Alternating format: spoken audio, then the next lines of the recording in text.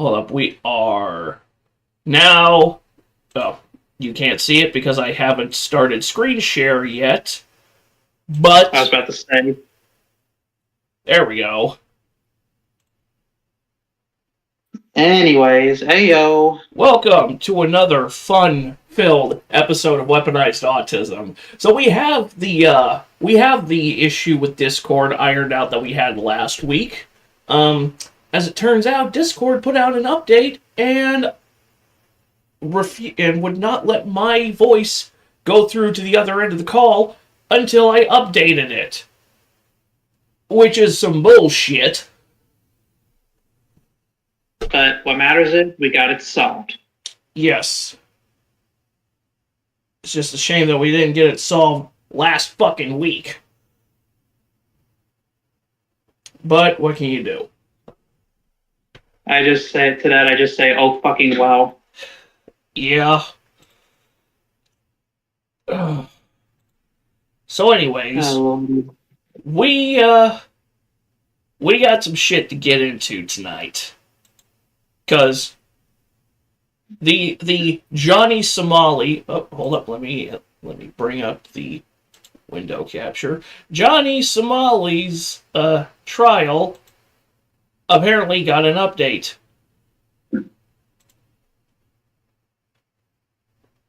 Oh boy. I actually have not watched... Scared. Sorry? I said I'm scared. Well, the title should just tell us everything. The judge just humiliated Johnny Somali in court for lying.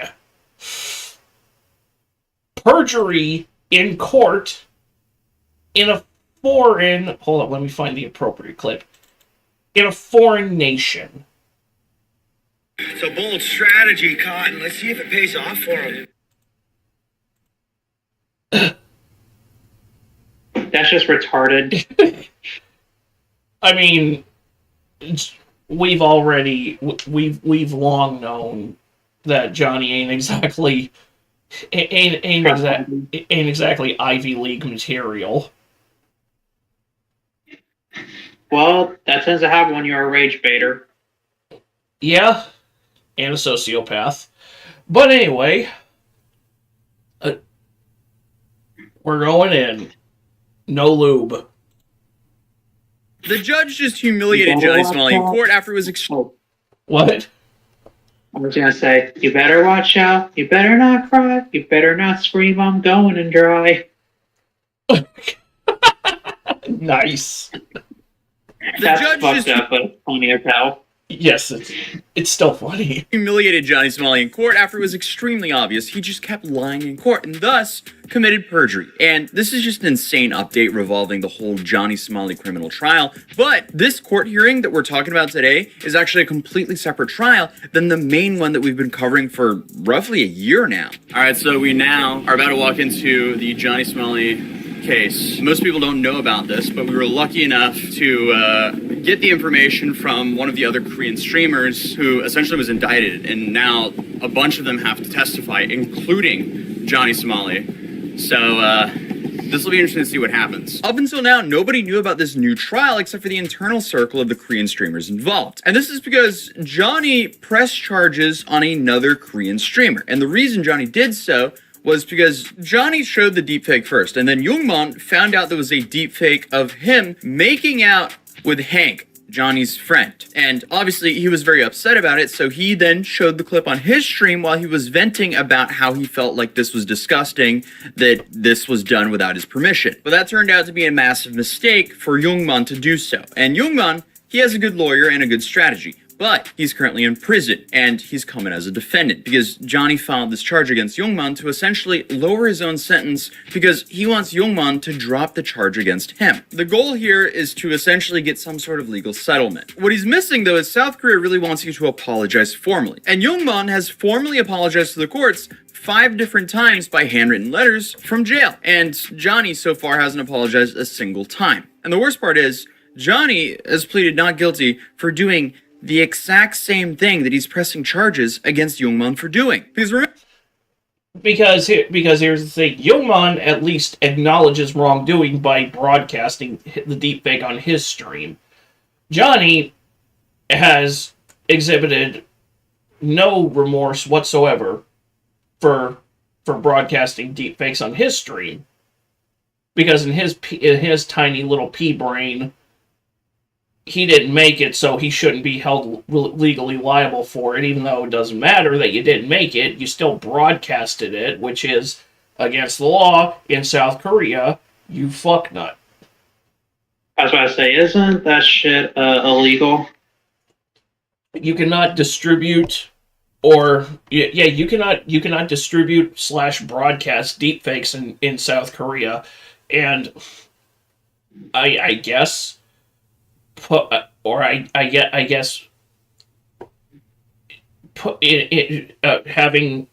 a deepfake clip appearing on your stream counts as distribution because you are broadcasting it on the internet. Well, I think it's been established for months now that Johnny ain't exactly smart. I don't know. South Korea's laws some of South Korea's laws are weird. Like, you're not allowed to produce or distribute pornography, but they'll make games that are just gooner bait. At least it's not DSP, Gooner. You know, that fucknut decided accidentally masturbated live on stream. Oh, the camera's on. It's been on the whole time. Might I note the motherfucker didn't bother washing his hands. Yeah, he's also a notorious e-beggar. He's the definition of mom's basement. Surprisingly, he has his own place, but he can hardly afford it because he blows all his money on WWE mobile games and then goes on stream and e-begs to his entire audience who just exists to troll him. Yeah, that's just weapons grade cringe. Yeah. If I ever get to that point, dude, just yeet my channel into the shadow realm with both hands. I'll come kick you in the balls. How about that? That too. Well, actually, I'll break out the camera and we'll make a jackass bit out of it. This is the cup test. Joke, YouTube, joke. Anyways. Remember, his whole defense in the last court data... You were saying? I was just gonna say, we've been friends for 12 years. We joke like this all the time. Don't cut us off for quote-unquote threats.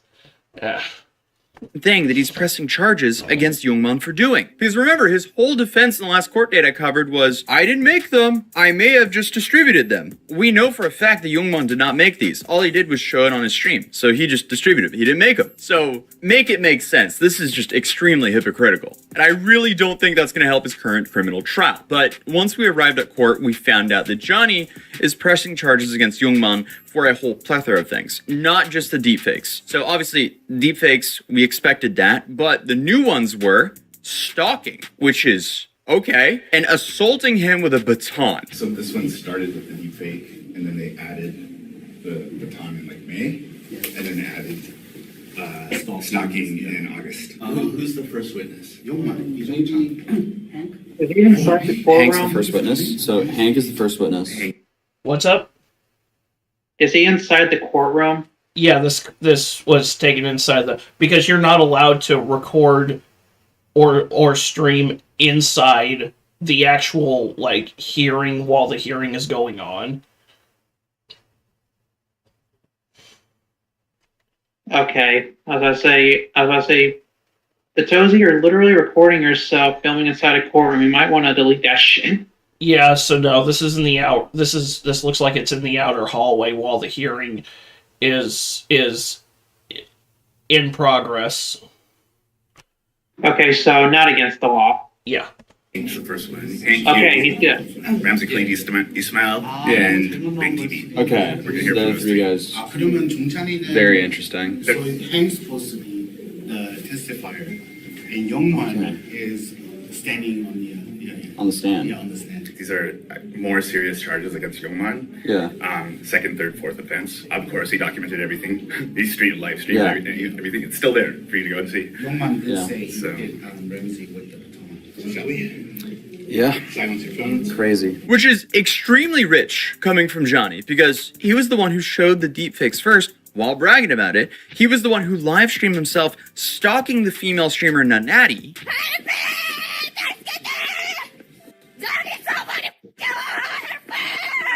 And of course, Tweedledee and Tweedledum here were the ones who brought the baton to the fight. Youngman, Don't pause. that's a baton. Youngman picked my a baton up. And chasing me.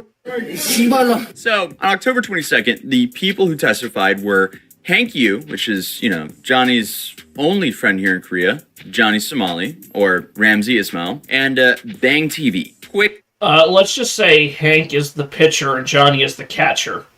And that is how Johnny still has a place to stay in South Korea. I understood that joke, I understood that reference. and I'm choosing not to comment on it. I make no apologies. Quick lore dump. Bang TV is a Korean IRL streamer who is one of 4 people involved with trying to stop Johnny from harassing the citizens of South Korea for content. This South Korean streamer clique consisted of Dagun, who infamously punched Johnny, Youngman, who is the man involved in the trial right now, but also is currently in prison for throwing cinder blocks through the courthouse windows while Seoul was under martial law on December 3rd, 2024. Clearly that wasn't a great idea. And then you have 2 other streamers by the name of J Company and Bang TV who are currently not wrapped up in any legal trouble. But Bang TV was called as a witness today as he witnessed what happened revolving the alleged baton incident. So we got to court, went into the courtroom, and I was getting ready to make a little sketch, and then we found out that Hank and Johnny, they felt humiliated about the deepfakes, and they requested privacy for their testimony. They can do this because on this specific trial day, they are the victims. Oh, we found out that they're in what protection? Yeah, they're- witness protection Yeah. because young man is so scary. Yeah, basically they want to, for the safety and like the security of the witnesses, they're sequestering everybody. So Interesting. they're keeping them separate. So it's also a good thing because they're going to keep them separate for us. Yeah. We'll just watch the show. Interesting. So we just found out that Johnny's actually getting 60,000 won to testify here. So now the guy actually has an income. 60,000 won is roughly, what is it, like 40 bucks, 50 bucks? 45. All right. Wow. That's roughly the amount that Steve Austin was paid for his first televised pro wrestling appearance when he was doing the indie circuit in Texas. I think I've seen that. Yeah, he was paid $40 for his first show. Hey, it's a decent amount of money, especially considering during the time that was. Yeah, Because I imagine it was during a time where it wasn't so fucking expensive just to live. well, yeah, because it was in the 80s when we still had a functioning economy. Then politicians got greedy. Oh, we let somebody from Chicago become president. So, And who was that again? all that was none other than Barack Hussein Obama. Never mind. He was a Chicago politician. That should have. I thought he was from Hawaii. That should. Yeah, but he ran for president as an Illinois senator because he was a senator in Illinois when he ran for president. Now, speaking of politicians, did you see Chuck Schumer is keeping the government shut down? That fucking asshole. I mean, let's be real. Most of us don't even notice it. True, but y'all need to remember this. Y'all need to remember this shit about the Democrats about the next voting season. Oh, I mean, most people's memories are not as short as some of our elected officials would like to think they are. I mean, keep in mind, the left lost a big chunk of their population with the Charlie Kirk thing in the aftermath. Yeah. And they're hemorrhaging support. They were hemorrhaging support even before then. Like, and you know what's funny about this whole thing is that Trump doesn't even have to do anything. He just has to let them talk. And it's like, the more you talk, the more you people talk, the more you just the more you just start hemorrhaging supporters. Basically. And let's face it, their dirty shit has been exposed the second he was elected almost 10 years ago. Yeah. Because ever noticed how it was consistently Democratic presidents for a while, and then we finally get a Republican, and all of a sudden they start getting down and dirty. I mean, they've been playing dirty every time there's a Republican in office for the last since the 50s. Yeah, but I feel like that dirty shit wasn't really public till Trump. Oh, it was. It's just that it was. It's just that a lot of people weren't paying as much attention as they are now. Yeah. But this isn't a politics stream, it's a reaction extravaganza, so should we move on? Yes. And spend it all at once. You have to pick, he probably Oh, boy. paid the bank right away. No, Right. it goes to the soju fund. Straight to the soju fund. Awful. I think on the last trial, everybody came, so I think they try to make it private. Because How many Johnny people is the came? victim, and therefore the victim can ask, bless his "Oh, I heart. don't How many people? God bless his heart. He's pleading as a victim. That's rich. Johnny Salami. I find that adorable, considering who we're talking about here. How am I being charged? You keep being a dipshit. I just realized Here, I'm gonna What happened? change. No, I'm just changing the window up a little bit. So.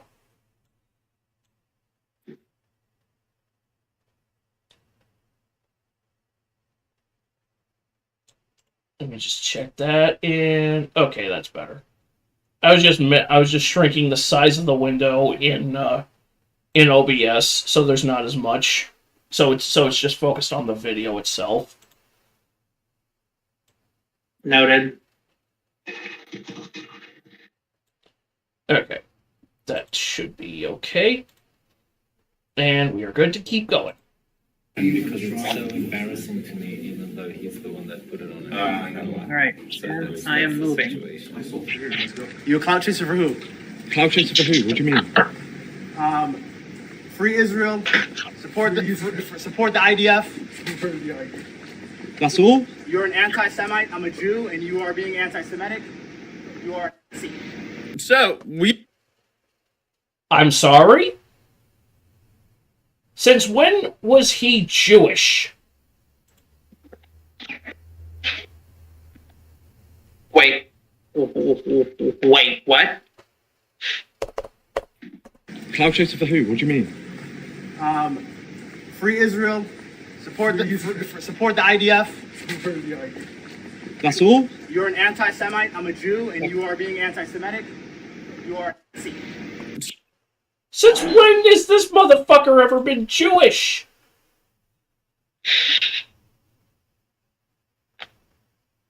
Well, don't tell me he's trying to say South Korean officials are anti-Semitic and that's why they're holding him captive.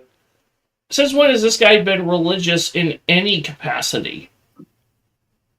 Didn't he literally desecrate the Korean statue that was supposed to be a comfort for victims of assault or whatever? Yeah, it was an honoring. They were statues that were in memory of Korean comfort women who were basically used as prostitutes by the Japanese military during World War II. Yeah, I'm sorry, that's just shit you do not clown on at all. And one of those statues was honoring a girl who, at the time, was underage. So Johnny Salami is a freaking predator. Yeah. So When British Honduras became Belize, they designed a new flag with a tree on it. Sorry, what? I would like to hang myself from that tree. Wait, what? I was playing the British Honduras clip. Oh, okay. When I would British like to hang Honduras myself from that tree. Yep. When British Honduras became Belize, they designed a new flag with a tree on it, and I would like to hang myself from that tree. Probably the one funny Sheldon line.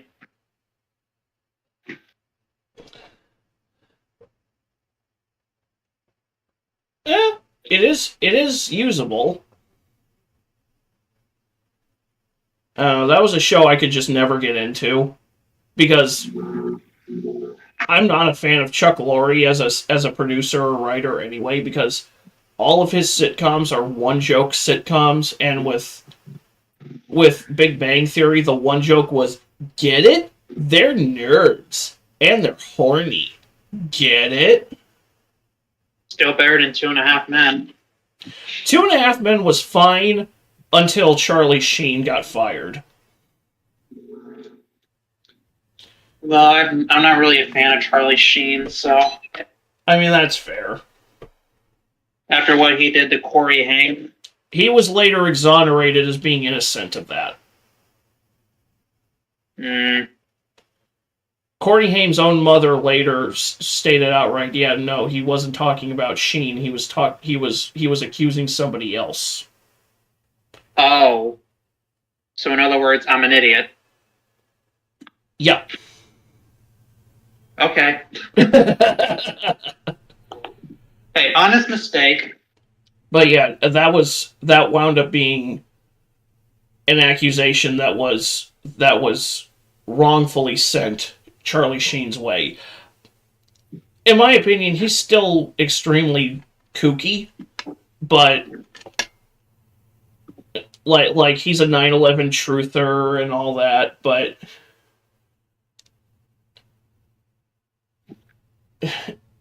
at least he has made an effort to turn himself around. Yeah, that whole HIV thing kind of shook up his life for a while. I could see why. Now I feel bad for labeling him that all these years and, not getting the actual story, but... Yeah. Oh, well. But you said it was Corey Haim's mother? Yes. Now I'm starting to question Corey Feldman.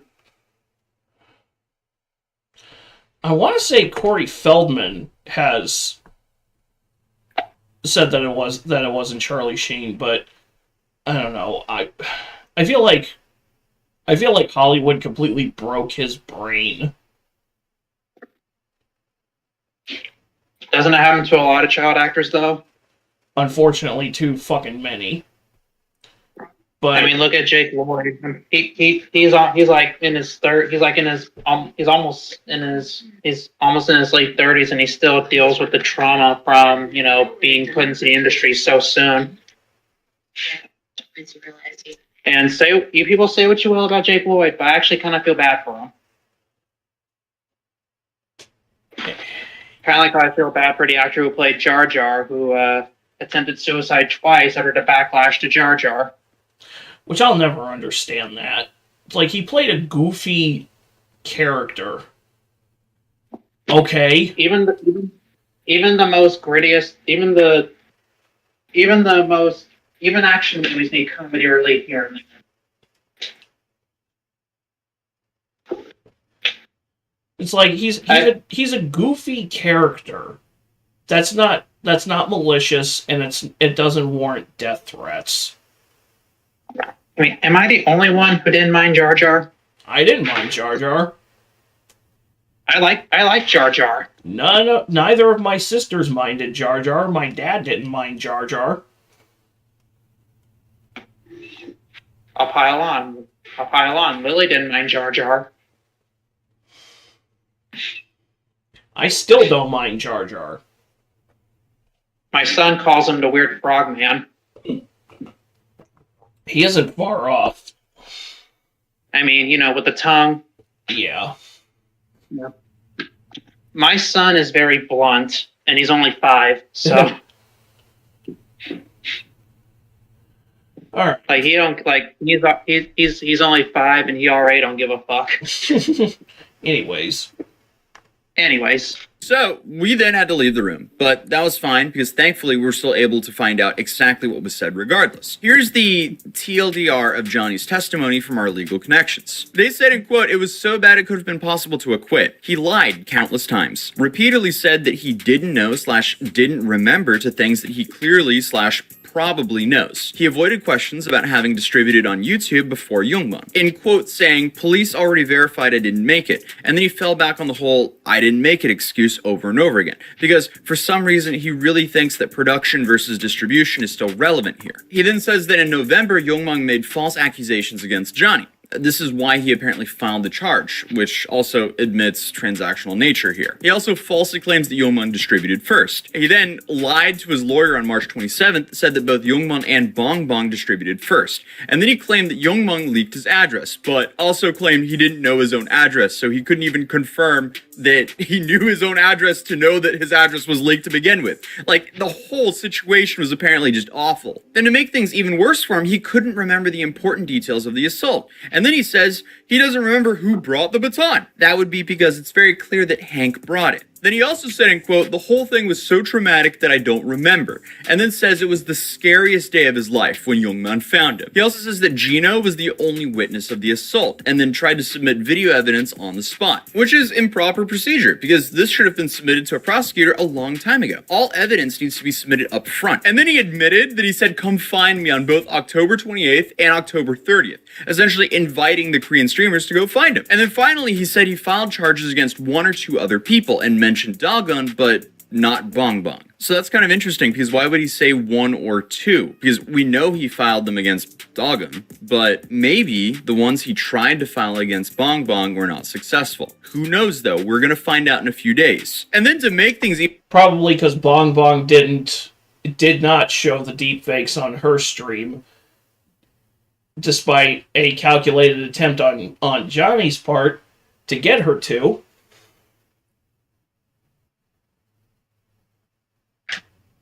You know, every time we watch a video about this motherfucker, I hate him even more.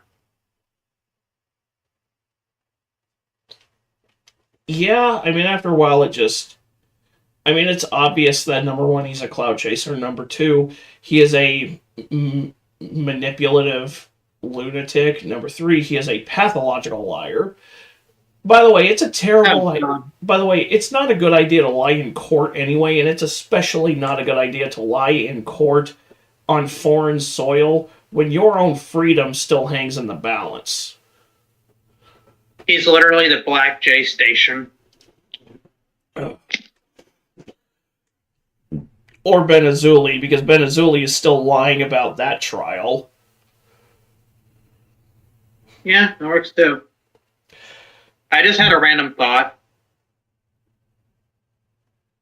Did we ever react to the Bentley Bros Resident Evil 4 parody on the stream yet? No. And I don't know if we could. Yeah, because I got the screen share on my phone and I have the YouTube app in front of me with a muted video, so it feels like background noise, even though it's not. And one of the things is one of our Resident Evil 4 bridge streams, and we said something about we had to react to it, and it's like, it's been over 2.5 years. But copyright shit, you never know. Yeah, I'm going to have to rewatch it sometime this week to see if we can do that for like our Halloween special. We can do it like as a double thing where it's like part of the stream can be us talking about Halloween 3, and then the other part of it can be us rewatching the Bentley Brothers Resident Evil 4 video. Maybe. We'll just have to see. Wait, the bottom of the bin for Halloween 3 is next Friday, right? Yes, we're going to do that on Halloween. I thought about reviewing Rob Zombie's Halloween duology and giving my honest thoughts, and let's just say it's probably going to get age restricted. I don't know if we could do that because the whole thing with the whole premise with Bottom of the Bin is to cover obscure movies and like major movies that flopped, like obscure movies. Occasionally, we're going to pull up Brandon Tenold and say, "Oh, this movie is well known, so it's not obscure, but it still flops so hard we have to talk about it." Yeah.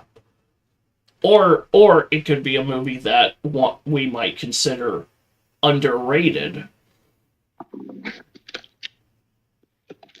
I know a few in that category, and most of them are Universal monster movies. Hey, I have Peacock now, so I can catch up on them. Hey, there you go.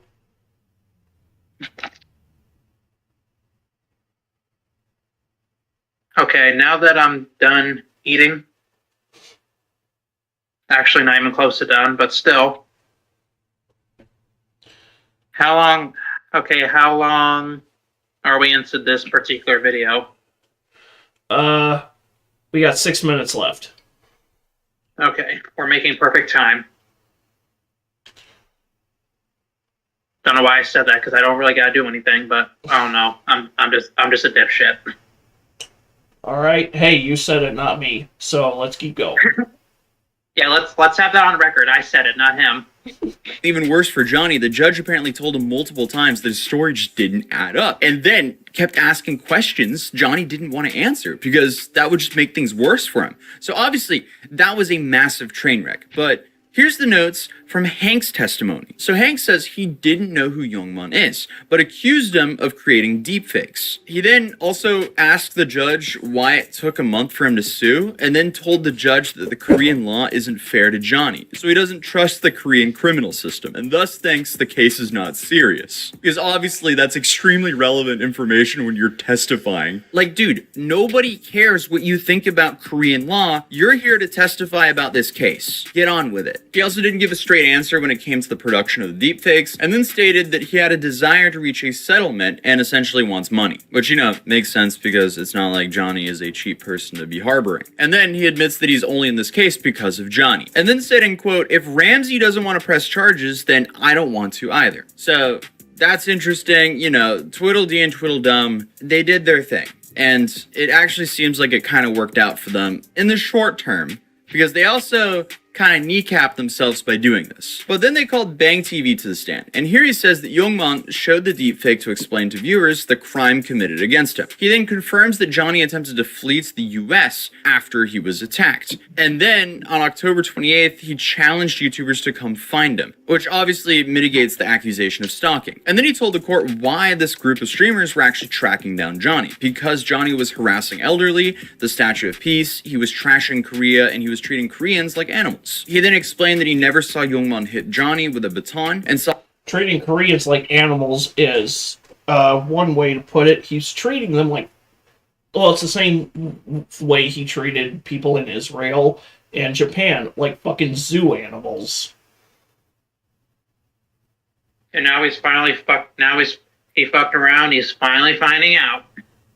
Well, he's been finding out for at least the last year. Because, but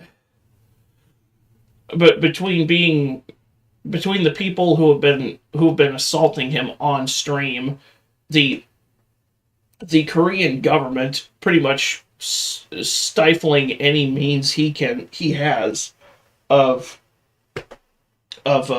generating an income, and him being banned off of every streaming platform you can think of. Whether it's YouTube, Twitch, Kick, Party.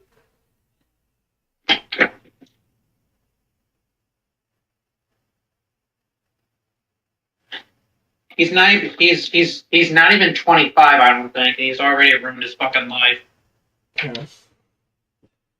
Yeah, but they still won't ban Hassan, which is definitely a choice. The double standard is what it is. Yeah. Well, and it's gonna eventually. I think Amazon is gonna end up having to cut Twitch because they have not been able to generate an income for years.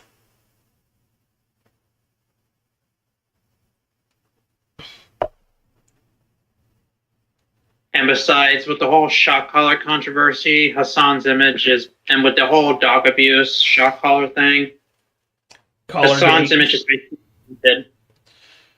Yeah, isn't it sad that that's the thing that's doing in his that's nuking his reputation? It's not him saying Americans deserve 9/11. It's not him working his followers up into a frenzy to and directly encouraging them to kill a sitting Florida governor, a sitting U.S. state governor. It's not him glazing terror groups and platforming terrorist leaders and likening them to manga characters like Luffy. It's not him refusing to condemn when Hamas what the atrocious things Hamas does, particularly to women and children, because in his tiny brain, well, they're Jewish, so they're not even people. Oh, so he's basically an Israeli Hitler. He's Turkish, but oh, again, idiot. But the guy is a raging anti-American. And it's like, if you want to criticize America, then go for it, because there's plenty about America to criticize, but the way he goes about it is just fucked. To put it mildly. Anyways. Saw no injury to Johnny. And when it comes to the deepfakes, he thinks that Johnny produced them, but knows for a fact that Johnny distributed them first. And our legal connections believe that the case against Youngman was crumbling, because the deepfake had circumstances similar to Bong Bong. Because Johnny seemed very malicious by showing the deepfakes. Both Bong Bong and Youngman were like, what is this? This is awful. Why is this a thing? Then for the stalking, Johnny said, come find me, which is a massive contradiction when, he's claiming he's being stalked. And then for the assault, Johnny couldn't remember details. He failed to properly submit video evidence, and then they were the ones who brought the baton. So overall, it's an extremely weak case. But then the court called Johnny and Hank back to reach a settlement, because Johnny wants mutual withdrawal of charges, and Hank then backs down from demanding money. And Johnny says that he's willing to put this all behind us. And this is where they ended up settling this case, which ended up being a win for both parties in this particular trial. I even have the translated text of the initial settlement here, where the agreement says, all their names, do not wish to pursue punishment for all criminal cases that have occurred between them. Obviously, this must be formalized to go into effect, but there's nothing really stopping this to do so. And we heard one legal opinion that Hank and Youngman will still have to testify next week, but the odds of that happening are probably going to be pretty low. This is because in the last trial, he ended up pleading guilty when it came to the Lotto World incident, and then they ended up canceling the witness they had from Lotto World that was going to testify against him. But as of right now, Johnny is facing 2 deepfake charges, which are heavy-hitting charges, carrying a max of 7 years in prison for each charge. But with one of them being dropped, that's definitely a big win for him. But in doing so, though, he did commit perjury. So that could be a very nasty trade-off for him, which can heavily backfire.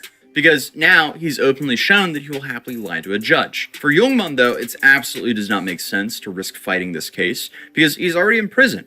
And all of those charges that Johnny tacked onto him could easily add a decade if he was actually convicted for all of this. And let's be real, risking a decade in prison to stick it to Johnny is absolutely not worth it. So trading 3 charges for... I hate that I actually agree with Atozy on that. What did you say again? That risking a decade in prison just to stick it to Johnny Somali is not worth it. I hate that I agree with him on that.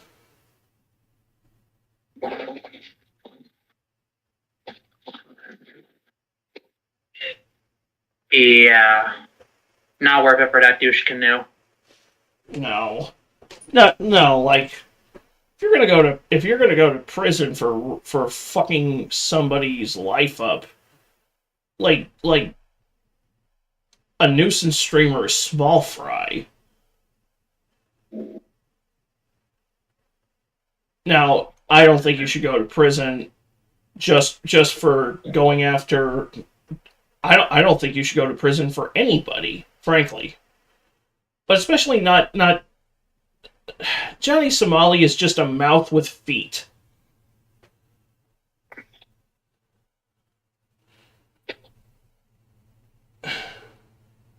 That's all. I was gonna say an asshole. That works too. I mean,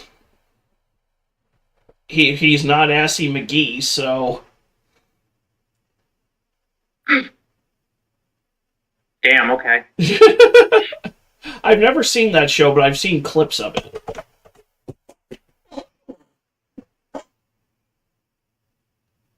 I have seen clips of Assy McGee. I've just never I've just never sat down to actually like watch it. Trying to think if I've seen it. It's that weird it was that weird cartoon.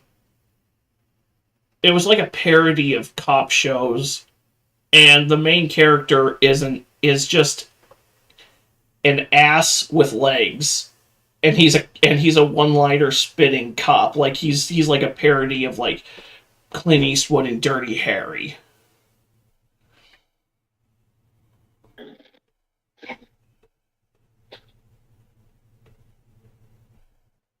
Yeah. Remember when we were talking about? I think it was a couple weeks ago, but I think we were talking about on stream how apparently John Wayne didn't like the way Clint Eastwood was portraying westerns. I vaguely remember that. And it's like, I hate to break it to you, John, but I feel like back then it wasn't exactly all sunshine and BJs. Yeah. Now, in fairness, John Wayne's westerns and Clint Eastwood's westerns both have their place. John Wayne's movies were they painted a very, like, revisionist, idealistic portrait of the American frontier. Eastwood's were a lot more realistic and a lot more honest. I think both approaches have their place. I strongly prefer Eastwood's. I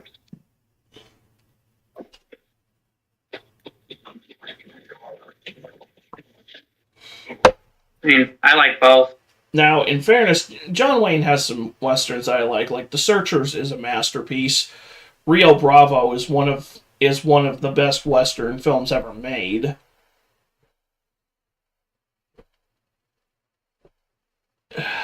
And, that's a good one. Oh yeah, and the original True Grit definitely. Now, I'm biased in favor of the Coen Brothers version because I saw that one first. But yeah, I think are you talking about you saw the remake first before seeing the original? Yeah. Same. I'll be honest, I was when it came out, I was just a dumb 12-year-old. I didn't realize it was a remake of something until I looked it up on the internet. I think I was in high school when it came out. Yeah, it was 2010, so maybe. Yeah, I would have been either a sophomore or a junior when that came out then. Or the start of your junior, or the start of your senior year, because you graduated in 2011, didn't you? Okay, yeah, so I got that wrong. So I would have been either a junior or a senior. Yeah. 2011 was a wild year for movies. I kind of... There was the... I'm sorry, what? I was just going to say, I kind of... There's a lot of movies from that year that I just kind of missed. But that goes for a lot of... Yeah. But anyway. Yeah, the only movie I remember seeing in theaters that year was... I think it was one of the Mission Impossible films. But anyway. Yeah. For one, is definitely a big win for Youngman. But as of now, we don't know of Bong Bong having any deepfake charges pressed against her. So for now, Johnny doesn't have the same leverage against Bong Bong as he did on Youngman. So my understanding is he's facing a max sentence of 12 years due to the cap based on these charges. Even after removing one deepfake charge, he's still facing a max sentence of 12 years. Although, his minimum sentence has definitely been reduced now. But this just made this court case way more interesting because now, I guess Johnny finally locked in. Essentially, Johnny is playing a soccer match and he's losing 7-0 and he finally scored a goal. So he did the lean forward and locked in mode. And now he definitely has a long uphill battle to see if he can get some freedom here. But I am definitely looking forward to seeing Bong Bong testifying in the next couple of days. But since I was kicked out of this courtroom, I wasn't able to make a court sketch. And last time I made one, I was kind of blown out of the water by how many of you guys actually wanted my sketch, as it was bid up to like $500 on eBay. I literally thought it was going to go for like 20 bucks because that's what I said in my last video. But if you want my original court sketch that started all of this from the original trial of Johnny, which was never sold before, I've made prints available here, right here at this link for $20. So, because last time I was like, oh, you can get it for $20. Now you can actually get it for 20 bucks.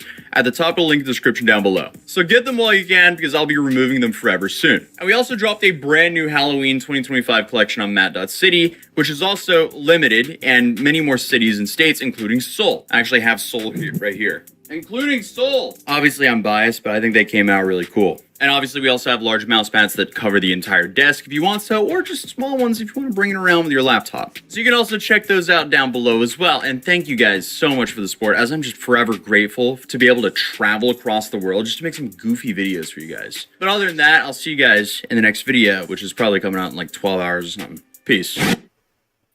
This is not a list of... Okay. So that'll be something fun to look forward to. Indeed. So, this is a top 15. This is one of 3 top 15 videos Kason sent to me over Discord. What's the upload date? What's the upload date on the worst YouTubers one I sent you? Was it like 2016? Yep. Okay, we got some interesting ones here then. Ooh. Refreshing to talk about YouTubers that are terrible. Yeah, and how many of them are still have stuck around. One way to find out. Yeah. YouTubers that we personally hate, and we've tried to provide the info in an unbiased manner. This video is for educational purposes only. Number 15, Keemstar. Host of the popular channel Drama Alert, Keemstar has both a large fan base and people that hate him. The biggest reason people don't like him is due to his use of racial profanity in some of his old videos. Oh, fucking righteous!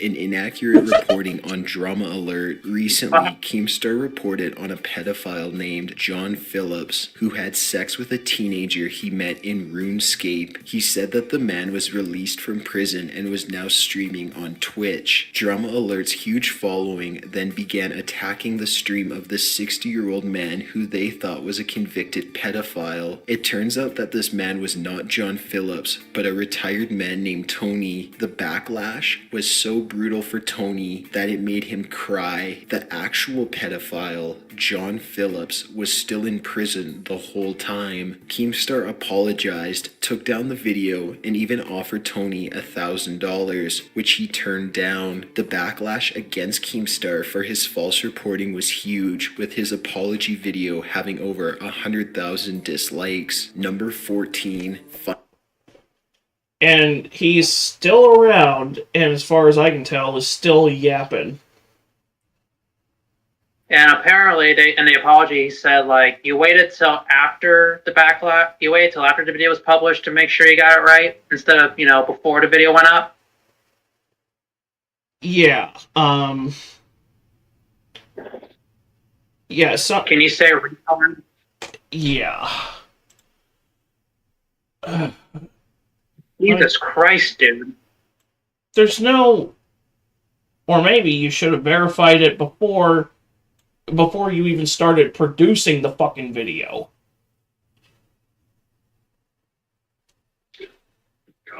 Yeah. Like, I can't imagine it would be that difficult to verify. Look up idiot in the dictionary. You know what you'll find? And what's that? Picture me. No. And what? What? Okay. Play that clip. Play that clip. Look up idiot in the dictionary. You know what you'll find? Picture me. No. The definition of the word idiot, which you fucking are.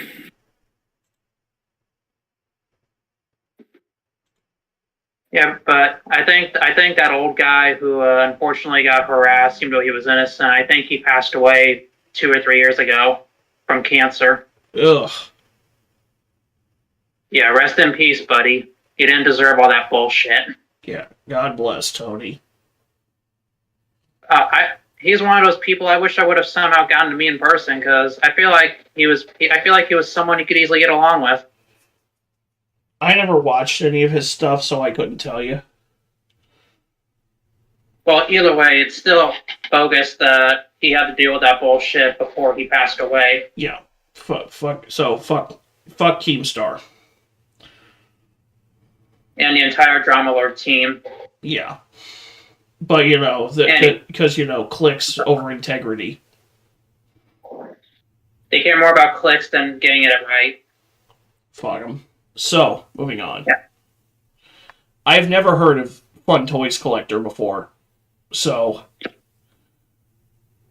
Fun Toys I don't think I have either. This woman runs a channel that revolves around unboxing toys for children and toddlers. She has a massive following of over 6 million subscribers, and her top video has over 400 million views. In 2015, Daily Mail revealed that the anonymous woman behind the videos was former porn star Sandy Summers. A close friend said the woman and her husband were behind the channel. Neighbors of the couple claimed that it was her voice in the videos that is described as hypnotizing and crack for toddlers. Hey guys, Disney Collector here, and today we're gonna open this Frozen activity book from Clay Buddies. A company called Open Slate estimated that she made a massive $4.9 million from the channel in 2014. Despite the backlash she might receive from parents not wanting their children to watch videos made by a former porn star, she continues to upload new content every day with her ratings and comments disabled. Number 13. Okay, now that is a massive L. I mean, that's a thing where it's like, I get it, but it's like, from the parent's perspective, I get it, but at the same time, it's like, she has a specific cadence, and she unboxes toys. Like, okay. Yeah, I'm not saying this about the parents. When I say what I'm about to say, just know I'm talking about the porn star. I'm just saying, I don't even have a joke for that. That's just pathetic. Yeah, that's kind of one where I'm like, I get it from both sides. There's a dirty joke in there somewhere. I'm with the parents on this one. Right. No, I get it. Personally, I wouldn't want my kids on YouTube in general, if I had any. I wouldn't want them using YouTube, TikTok, any video sharing platform.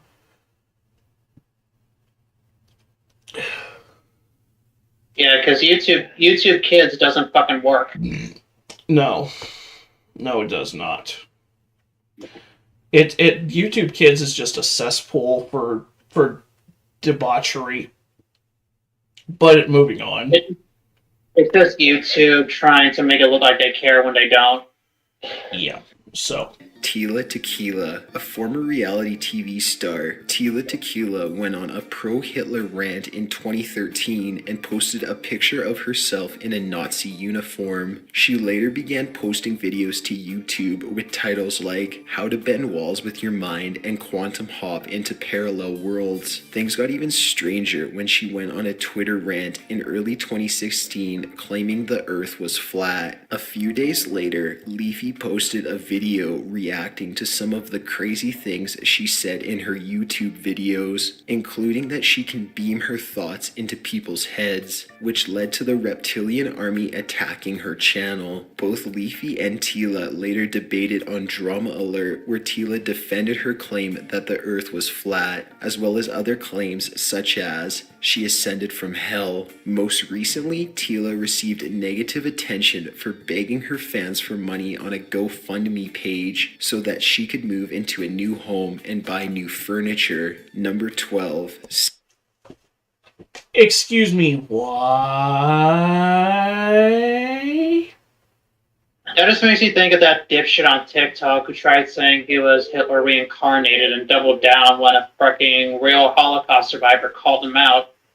Also, remember when YouTube wasn't soft and you could actually say the word Nazi in a video? Yeah. That's just, So basically, this chick is just saying whatever dumb, retarded shit she can think of for clicks. It gets views. That's true, because stupid people watch stupid shit every day. Hey, don't talk about me that way. No, I'm just kidding. Anyways. Sam and Nia, this Christian vlogging family, became an overnight sensation when the video of Sam surprising his wife Nia by showing her a positive pregnancy test went viral. He was able to do this because she didn't flush the toilet after using the bathroom, and he used that urine for the test. Many people criticized the video as fake, especially after they released a video saying Nia had a miscarriage. Things got more shady for the family after the Ashley Madison hacking scandal, because an account with Sam Rader's name was discovered. Sam later admitted the account was his, but said his wife had forgiven him. The drama continued after Sam and Nia were kicked out of Vlogger Fair. A Tumblr post by Stark Raving Sane wrote, "To make a long story short, Sam kept confronting people who were calling them out on Twitter and saying he wanted to punch them. They decided to take a break from vlogging after this, but have since returned to uploading videos every day." Number 11. I remember the story about them faking that pregnancy.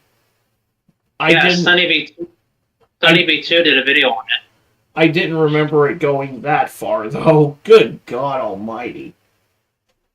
Yeah, I'm sorry, but that whole fake pregnancy shit and the faking a miscarriage, that shit pisses me off to no end, considering that there have been 3 separate occasions since me and Lily got back together that we had to deal with a stillbirth, and that shit's not fucking funny. No. Like, what? You don't know, I'm just saying, you don't know that pain of losing a child till it actually happens to you. Also, I love how... I'm sorry. I was just going to say, to see someone faking it to get likes and attention just pisses me off to no end. So it's about the same level as me watching somebody fake cancer. About the same level, yes. I'll take that. I was going to say, also, getting kicked out of a convention because you keep threatening people who expose you on other platforms, dude. Such low testosterone energy. Also, not very Christian. Yeah, go touch grass. So, Jinx. Anthony Brady is the biggest channel of the new wave of reaction channels where the reactors film themselves watching the entire video they're reacting to. The issue with channels like this is that they don't add anything new or transformative to the video and is a substitute for watching the actual video itself. This leads to a major gray area of whether these videos fall under fair use or not because they aren't transformative. Another issue is that these channels almost never ask for permission first. YouTubers including iDubbbz TV, I Hate Everything, Grade A Under A, and Jax Films have called out Jinx for his reaction videos and for profiting off of other people's content. Recently, Jinx has said he will stop making reaction videos because making them isn't fun for him anymore. Number 10. Probably because you just got relentlessly shit on. Also, like, I get the hate for reaction content, which is kind of why I limit it to just these streams. Also, I prefer doing it in a stream format where I've got some kind of a back and forth between whether it's you, Kason, or it's the chat. As opposed to just talking into the void in a pre-recorded video. But yeah, especially if you're gonna do a reaction video where you're just watching the entire thing straight through and you're not pausing, and it's not like a try not to laugh. Like, the reason I kind of minimize the amount of pauses in the Tozy videos is because they're so dense and there's so much information packed in that it's kind of hard to gauge when you should pause it. Right. Speaking of reaction content, wait till we get further on down the list. Oh boy. Wait, who is the recent YouTuber we just looked at? Jinx. Yeah, fuck Jinx. I don't even know if he's still around or not. Like, the only one on this list that I know is still going is Keemstar. Yeah, well, I think Keemstar retired from Drama Alert, but I think he is still active on like a podcast or whatever. I forgot which one it was, but I think he was on a podcast with that dipshit Boogie. Like Lolcow Live or something like that, where it was him, Boogie, and Wings. Yeah. Oh, wait, are you talking about Wings of Redemption? Yeah. I don't know, I felt sorry for that guy at first, but when he made, boo-hoo, woe was me, his entire personality, I find it hard to continue to give a fuck. Same. Because it's like, only you have the power to change your life. I mean, I used to be like that, but I actually did something and changed my life. I think Razorfist said it best. Podcasts are like assholes. Everybody's got one, and Candace Owens's can be bought. Man, fuck Candace Owens. Ugh. That fucking molester apologist. Oh, did you see the latest shenanigans she's up to? She's trying to... Her latest thing right now... So, ever since what happened to Charlie Kirk, she has been on a non-stop, like, every other week. It's like she's trying to find some new scapegoat to pin Charlie Kirk's death on. Oh, it's the Jews. Oh, it's this. Oh, it's his wife that was behind it. Oh, the latest one is that it was a conspiracy between Charlie Kirk's wife and Donald Trump. Jesus Christ, let that fucking family grieve and deal with the loss. God damn. Or another. Yeah, didn't she also spread it when I amputate the victims? Yeah, she spent first she spent a 3-hour interview pretty much glazing him. And then she spent a half-hour segment on her own show trying to smear and discredit the name of the good name of one of Tate's own victims. And in doing so, and in doing so, she basically helped.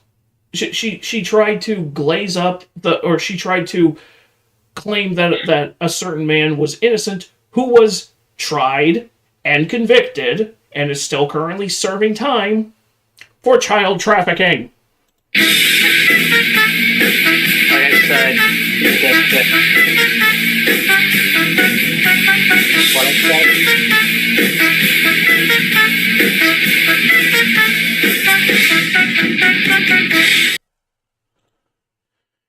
I think I said she's a dipshit already. So, Roosh V. This man and his group, Return of Kings, have received a ton of backlash for their pro-rape and neo-masculinity views. His most popular video on YouTube is titled 36 Things Wrong with American Women, and one of his most controversial blog posts include that he believes rape should be made legal on private property. He attempted to schedule international meetups for his group recently, but had to cancel all of them after he couldn't guarantee the safety or privacy of the men who attended them. Number 9. I remember that weasel making a Feeding the Trolls video on this guy, and he specifically and the video that he focused on was the 36 Things Wrong with American Women video.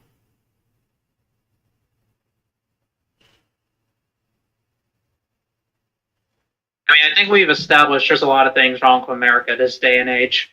So he was almost like the prototype for the current alpha male wave, except he wasn't hawking a get-rich-quick scam course and taking bogus Instagram videos with rented cars, rented mansions, and bought and rented Instagram models to make it seem like he was Bruce fucking Wayne.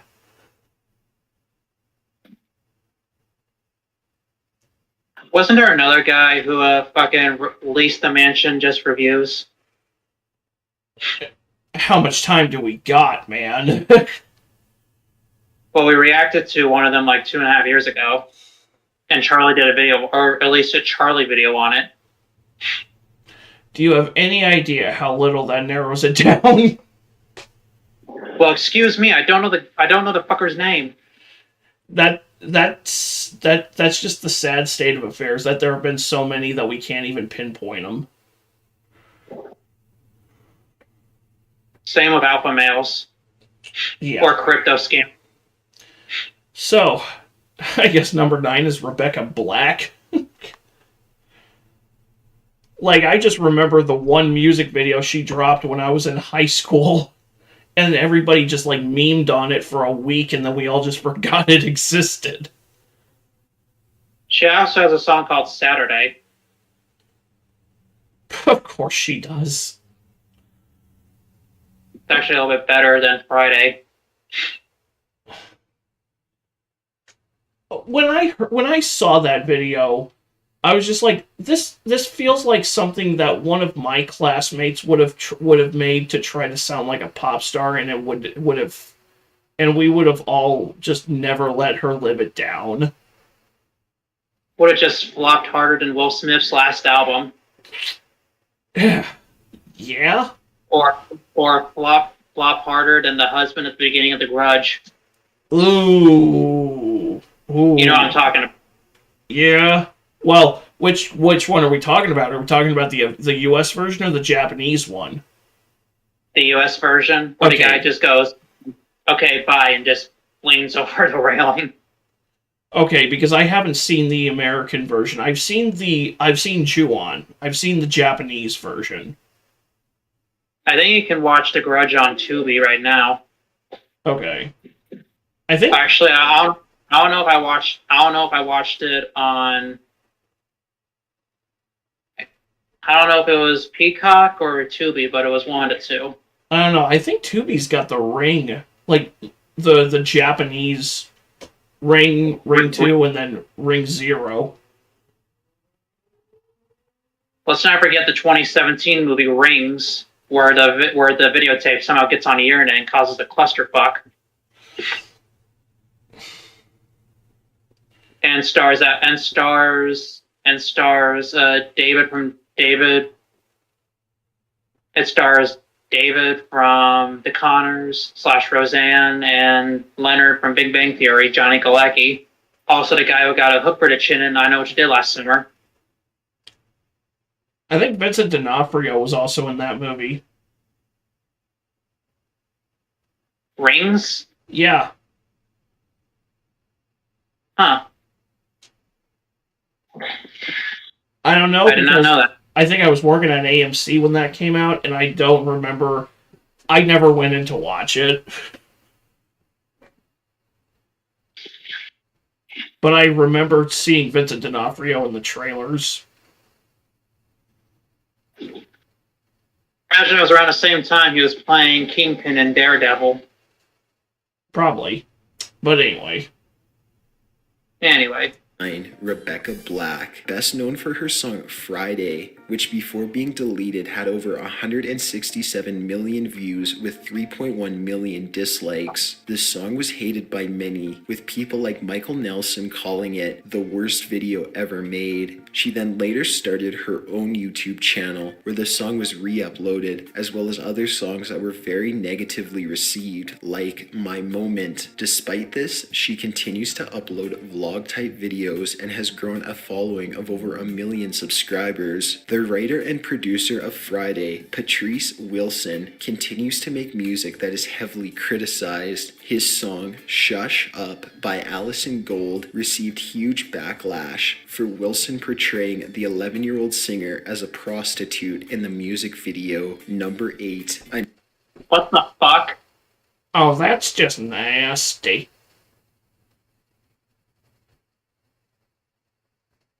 What the fuck? Let me find the Chris Ray Gun clip. Here it is. Hi, I'm Chris Raygun, and you're watching What the Fuck?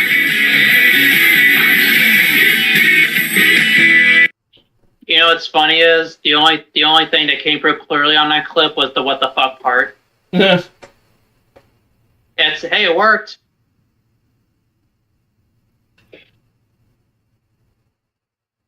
Oh god.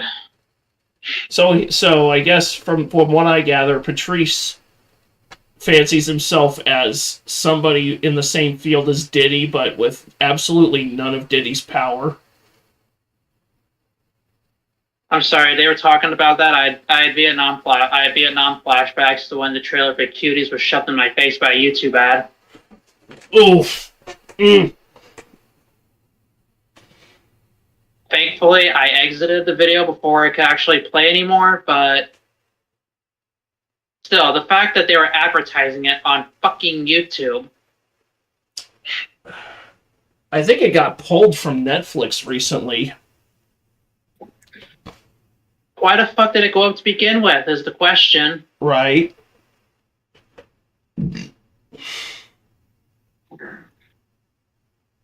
Also, I just realized I paused the video on Anita Sarkeesian making a cum face.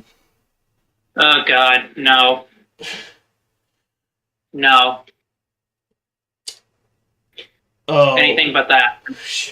Anita Sarkeesian, host of the channel Feminist Frequency. Sarkeesian launched a Kickstarter for her series, Tropes vs. Women in Video Games. She received $160,000 in donations, which led to her getting a huge amount of media attention. Her videos have been heavily criticized for inaccuracies, most notably when she talked about the game Hitman Absolution. She said the game encourages you to kill 2 female dancers, but actually the game removes points if you decide to kill innocent people. She also completely ignores pretty much anyone who criticizes her views, and the ratings and comments are disabled on all of her videos. Number 7.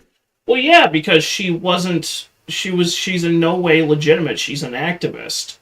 And her goal is to emasculate video games and drive men away because men can't have nice things. That's why after the entire internet completely shat on her for so many years, she quietly she quietly fucked off into an advisory capacity where she's now an advisor on video games, and a lot of the games that she advises on are games that basically that basically emasculate male characters to prop up female characters. The Last of Us 2. Yeah, we don't need to be reminded of Neil Cuckman's worst achievement. Yeah, Last of Us 2, Dishonored 2. Those are two of the most prominent ones I can think of off the top of my head. But yeah. And this woman even admitted that she was not a gamer, that she had no interest in video games. She's just an activist. And yeah, women hate it when men are happy. And the sad part is people like her are a stain on women who actually are interested in video games, but they have to now they're forced to coexist with people like Sarkeesian. Kind of like how you and I are normal gamers, but we unfortunately have to coexist with people who take the hobby way too fucking far. Yeah, so many I could name, but I'm not going to. Moving on. I already don't like this guy just from the pose. Wait, what did I say?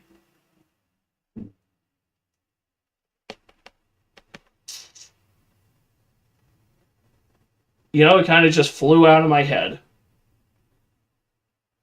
I'll look later. We're an hour and 15 minutes in, so that's easy to find. Yeah, but I already don't like this guy just from his pose.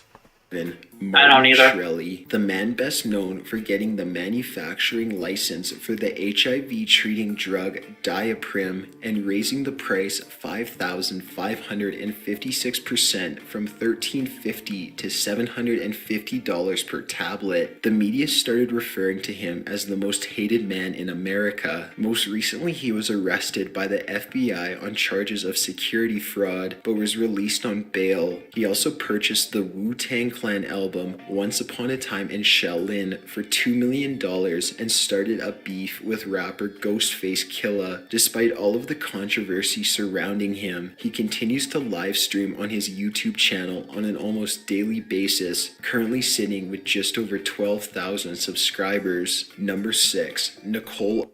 I'm sorry. What? I don't even have a joke for that. That's just pathetic. I don't even know who the fuck this guy is. I don't know who this guy is, but he's the reason an HIV drug now costs way more than it fucking should. You ever notice how Big Pharma's been around for decades and they never cured anything, but they have a lot of pills for everything? Well, yeah, because why make the cure when you can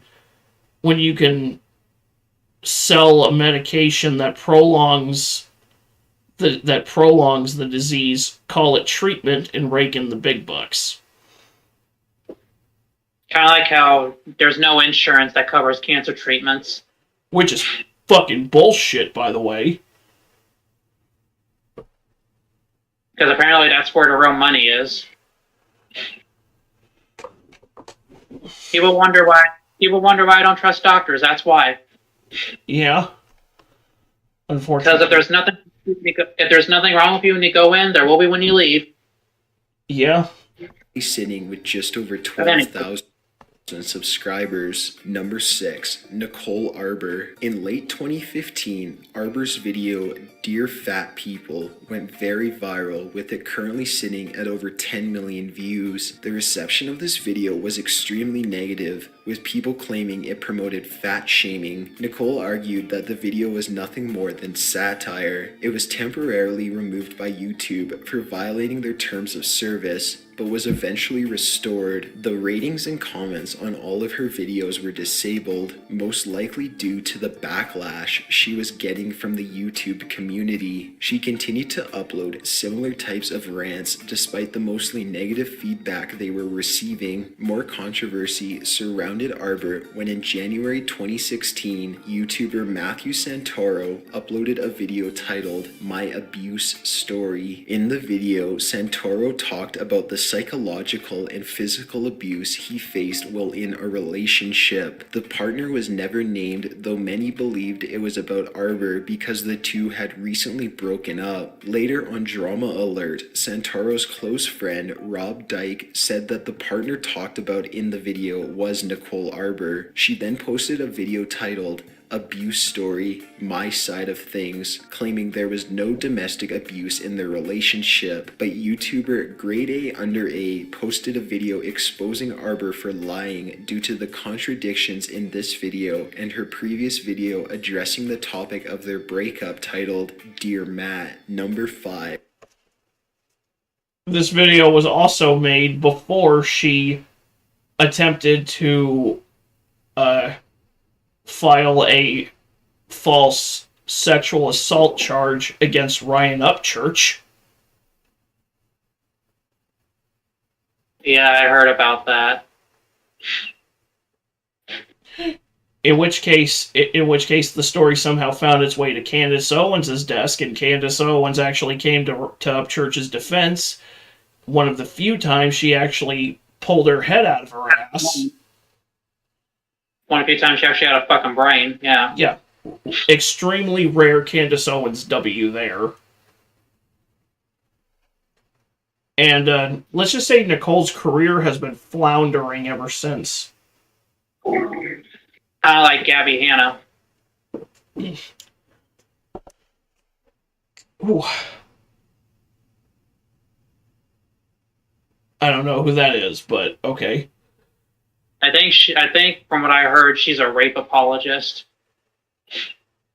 I already don't like her. Wait, what? I said I already don't like her. I might have that mixed up, but yeah, from what I heard, she's just not a good person. I'll take your word for it.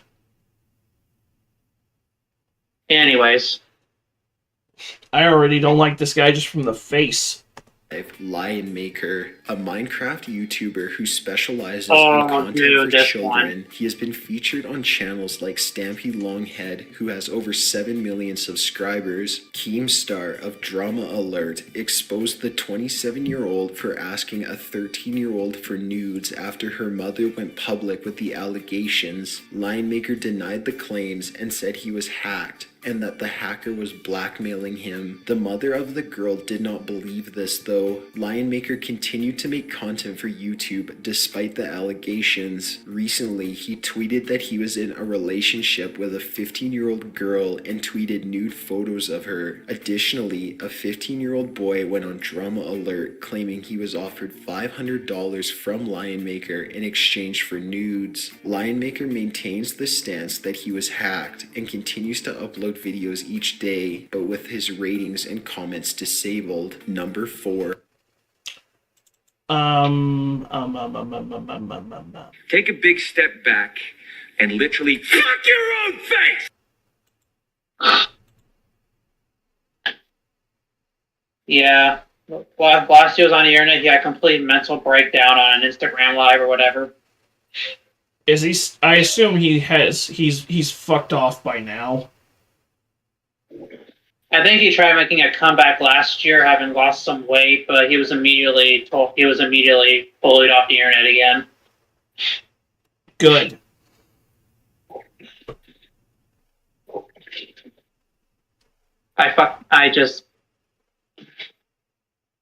And he's part of the reason why Minecraft YouTubers have such a bad rep, even though there's some of them, a lot of them aren't actually like that.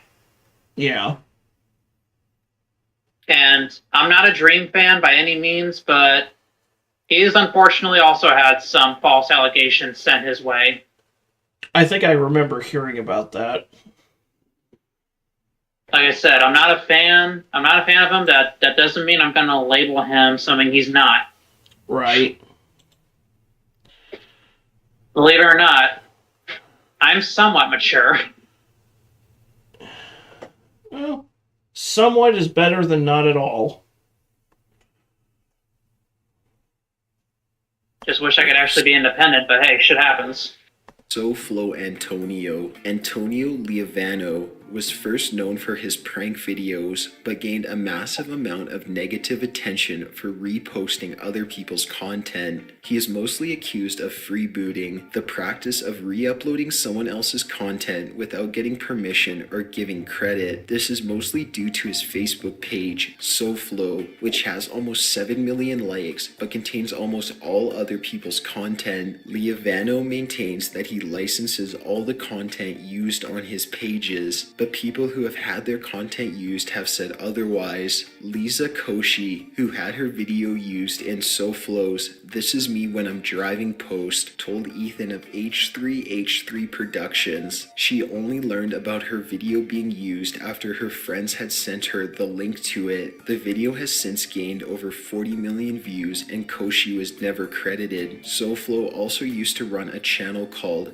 SoFlo Pranks, which contained only re-uploads of other people's prank videos. The channel was temporarily banned by YouTube, but has since been reactivated with all of the videos removed. The most recent controversy surrounding Antonio is apparently crediting fake pages to avoid getting permission to use videos from the actual content creator. Most notably was using content from a page titled GTHTJKT. Though SoFlo denies this, apparently the man who runs that page works at SoFlo. H3H3 Productions have been the biggest force in bringing attention to what SoFlo is doing, which has led to SoFlo and his associates apparently threatening lawsuits against Ethan and Gila. Most recently, Ethan tweeted, "Tamir Shafi, CEO of Omni MCN, just sent this email. We are working on taking your channel down and suing you for defamation." Though in an email after Ethan announced he was to make a video on him, Shafi said, quote, "Ethan, I would appreciate not being blasted on the internet. I'll retract my claims and we won't pursue this further." Number 3, prank. I'm sorry, what? Oh, we're gonna sue you for defamation. Oh, but please, just take the videos down, please. Bitch, please. Like, come on, dude. Come on. Just... You are filled up on fuck up fuel.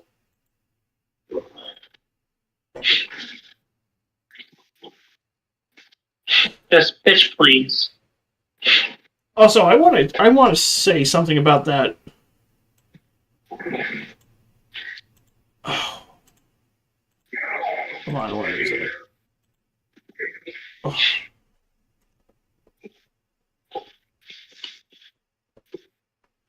Dude, look at the bottom right corner of this dude's video. Why is his face so fucking small?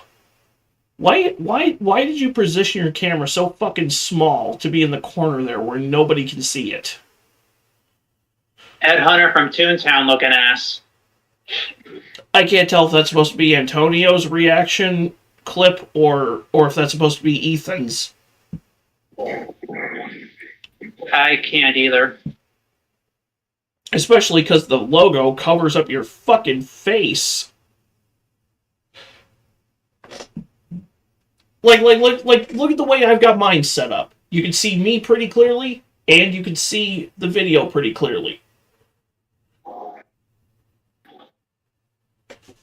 So it's like, what the fuck? Yeah, your setup is semi-professional. Which is funny because our setup, because this show is anything but professional. But then again, I'm not just re-uploading people's content. Still not as bad as Jason Derulo, just taking people's videos and putting the same reaction in the bottom corner of each of them. I don't get that. It's like quit stealing shit, bugging. Oh, wait, did I go too far? No, I did not.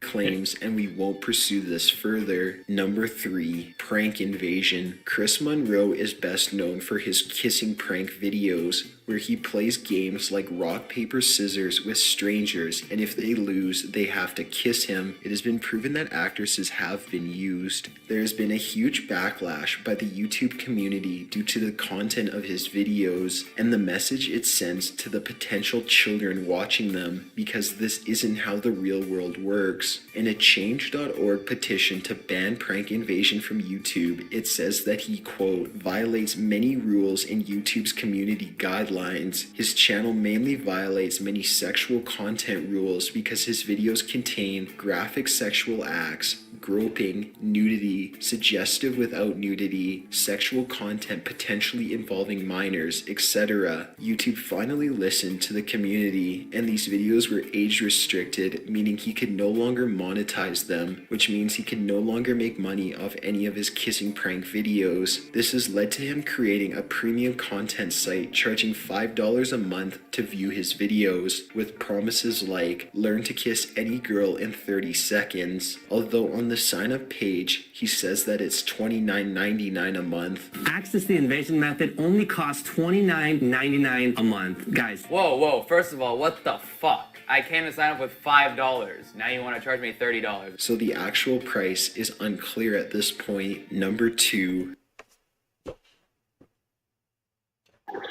How bold of you to assume anybody would want to pay that much, would want to pay any amount of money to watch your shitty prank videos. Man, remember when prank videos were the scourge of YouTube, of the YouTube space? Simpler time. Much simpler time. Also, it's not. Also, can you even legally call it a prank when you're clearly using actresses? Not really. Because a prank would imply that the other person has no idea what's going on. Especially when kissing is borderline essay.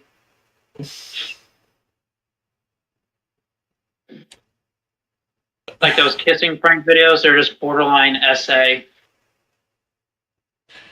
God, I remember these. I remember these two dildos. Well, I never watched their content, but I remember when they tried to trademark the word react, and the entire internet just lit them up. Oh yeah, the Fine Bros. That was a piece of magic. They did a movie. They made a movie, and I've been wanting to do a bottom of the bin video on it for a while. I'm gonna have to go check I Hate Everything's channel, because I cannot for the life of me remember what the fuck it was called.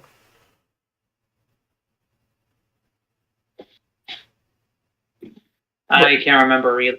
But it was one of those classic cases of YouTuber thinks that they can be a filmmaker, so they make a movie and it ends up falling on its face. I'm gonna have to go look up I Hate Everything's video after the stream to figure out what it was. Actually, yeah, I Hate Everything is where I found out about that Shane Dawson movie, Not Cool. So, well, makes sense. Shane Dawson is not cool. Also, where I found out about Shark Exorcist. Oh God.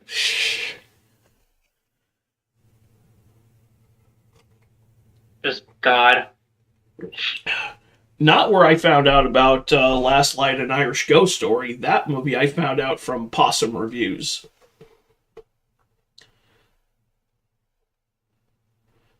My God. So anyway.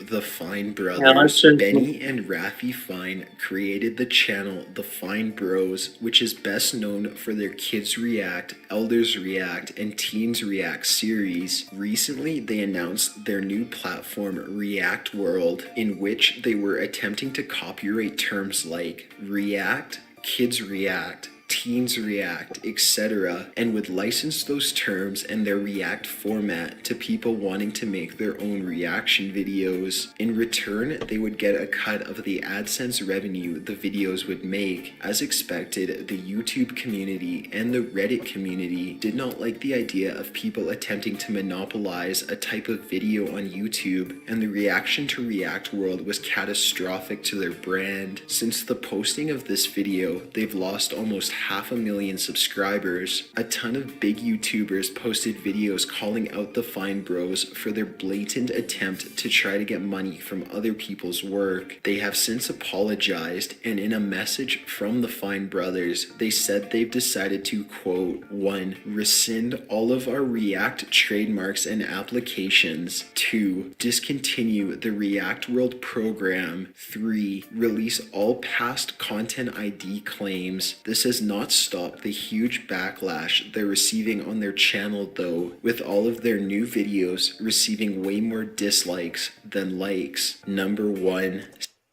Honestly, you kind of deserved it. Especially since in their quote-unquote apology, they seem to try and make themselves a victim or trying their best not to exploit the audience for their attempts at copyright failing. Yeah, they... Oh god, I remember that. It was like, we're sorry you got angry. We're not sorry that we did it. We're sorry that you got mad about it. Well, there's an easy solution to that, and that's don't be fucking retarded. Oh god, where's the Filthy Frank clip? Oh, here it is. Here it is. You know, moral of the story is it's easier to not be a dipshit, so don't do it.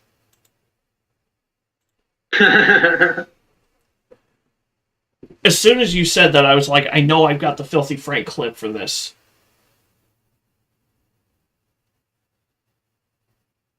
I miss that motherfucker. Yeah, but at least he's doing what he loves. He's making his own music. Yeah. So there is that.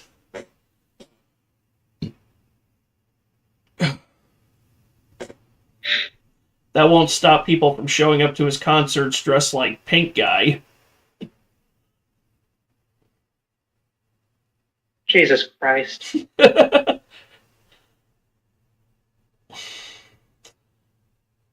That's just fucked up. Yeah, but it's still funny. As fuck.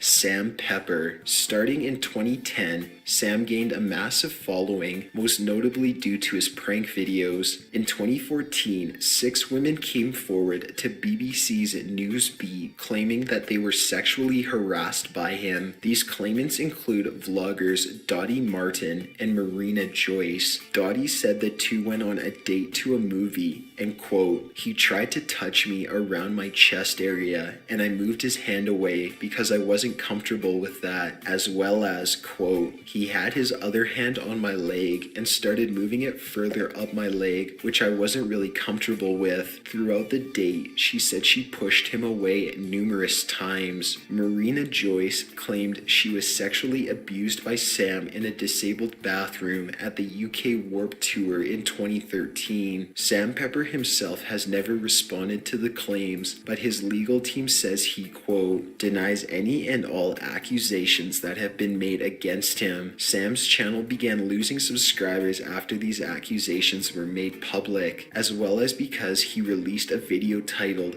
Fake Hand Ass Pinch Prank, which led to a huge backlash from the YouTube community, and the video was removed by YouTube for violating YouTube's policy on nudity or sexual content. For over 6 months after these incidents, he was consistently losing more subscribers than he was gaining. Things continued to get even worse for Sam after he released a video titled Killing Best Friend Prank in late 2015, which featured Viners Sam Goldbach and Colby Brock. In this video, Goldbach is attacked, blindfolded, and kidnapped, presumably by Pepper. The video then picks up later when the kidnapper takes the blindfold off Goldbach to see Brock sitting beside him with a hood over his head and is then shot by the kidnapper. Though this incident would be extremely traumatizing, Goldbach said he was, quote, not traumatized by the so-called prank. Though many think this is real, Ethan and Gila of H3H3 Productions made a very good case to why the video is most likely fake in the reaction video to the prank. Yeah. But the flailing of the arms,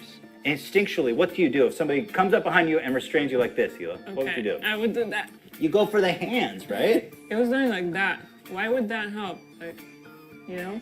The first thing I want to do is just like... The backlash from the YouTube community was massive, with the video having over 280,000 dislikes when the video had just over 2 million views. It now sits at over 10 million views, but the ratings have been disabled. A petition was made on change.org demanding YouTube to deactivate Sam's channel, which currently has over 200,000 signatures. Sam Pepper later made a GoFundMe page asking for $1.5 million, which he said if he received this amount, he would delete his channel. The page was removed by GoFundMe shortly after. Got an idea for a top 15 video? Be sure to submit it at top15s.net/submit. Be sure to subscribe for future videos. Thanks for watching. I actually remember when that happened. Yeah, I think that's the motherfucker who did the fake prank of his friend getting killed. That's what they just showed us in the video here. I remember when that happened. I remember. I think Charlie did a video on it. I think August the Duck did a video on it. Yeah, I'm currently multitasking. And I remember thinking, well, that's just extremely fucked. Yeah, I'm just gonna say, he can go to hell. Yeah, just, ugh. Come on, dude. That's just weaponized cringe to fake your friend's death. Yeah, and for views. It's like when that motherfucker J Station faked his girlfriend's death for views, but then she revealed herself to be alive, and it completely put it. It was like a silver bullet piercing through the retarded inbred werewolf that is J Station's career. From what I hear, he's pretty much been gone for a while. Yeah. Now, if only they would ban the Ace family. Oh God. Or the Prince family. Oof. Or any family. Yeah, family channels should just not be a thing. There's a reason why me and Lily haven't started one yet. Mainly because we keep our life private, and two, I don't post my kids publicly anymore, anywhere. Yeah, which is maybe she posts pictures of our kids to her page, but I don't post pictures of my kids anymore because I don't trust fucking weirdos on the internet. No, and I don't blame you for that.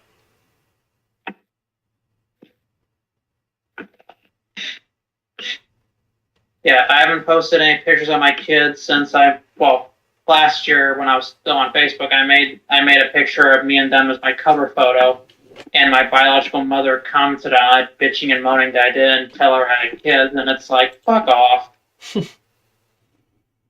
I don't put pictures of my kids on the internet publicly anymore, because I just know there are relatives they'll steal the pictures and be like, this is my so and so. No.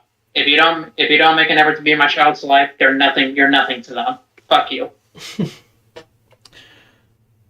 Literally, the only person I would trust with my kids is my dad, and that's just it. That's it. Well, the only blood family I trust with my kids is my dad, because I know he's a good grandpa. He's a good grandpa. Not just to them, but to my dog too. Yeah, I consider my dog one of my children. Grow up. All right, so. Can you tell my medicine's wearing off? Yeah, a little bit. Anyway, what's next? Another Atozy video. This one is about a TikTok moron who was arrested fleeing the country. Which country is it? Is it America? Is it Saudi Arabia? Is it China? No, it's not. China. You gotta say it, from now on, whenever you say China, you gotta say it like Trump. China. China. Anyways. Yeah. This TikTok fraud has spent about a year on the run after fleeing the country, mocking the police, pretending to turn himself in, posting from luxury hotels in Dubai and Qatar, and now he's officially behind bars. After almost 12 months in the run, Harrison Sullivan, better known online as HS Tiki Talkie, has now been arrested in the UK. And I'm going to be real with you guys, I held off when it comes to covering the story for a little bit because I didn't know if it happened or not, because this guy is infamous for lying just to get some headlines. I was not about to fall for some version of I'll turn myself in tomorrow, hold tight yeah moment. But now we have an official police statement confirming his arrest, and he did go to court where he was denied his bond. This is what happened. So Surrey police, they confirmed that HS Tiki Talkie was arrested on Friday, October 10th, after flying back to the UK from Qatar. He was wanted for failing to appear in court last November. Why? Because back in March of 2024, he allegedly crashed a rented purple McLaren into another car in Surrey, and then fled the scene, leaving multiple people injured, including one of his best friends. HS has walked off, left his McLaren. I think I vaguely remember covering a video about this incident on stream before, in the past.